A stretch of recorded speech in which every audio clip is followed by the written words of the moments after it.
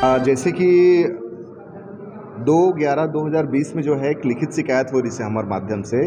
उच्च स्तरीय छानबीन समिति रायपुरला, वो जो है जिला स्तरीय छानबीन समिति कोरबा वहाँ से फॉरवर्ड हुई और हम 4 व्यक्ति की शिकायत कर रहे हैं। ईश्वर एक्का, रघुनाथ बांद्रा, रंजित लकड़ा, नंदूलाल एवं जो चारों है भाई, ये चारों मूलतः दूसरा राज्य के हैं,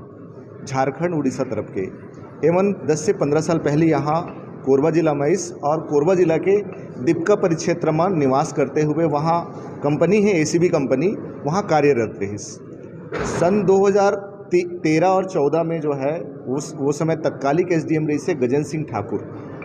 ओकर सिग्नेचर से वहाँ जाति प्रमाण पत्र बने अनुसूचित जनजाति के आदिवासी के जाति प्रमाण पत्र,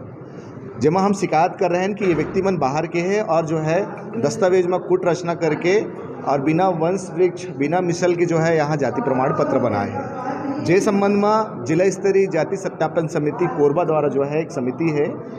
ओकर द्वारा जांच हुई और जांच में प्रकरण चले हैं 7 तारीख के 7/7/2022 अभी पिछले हफ्ते।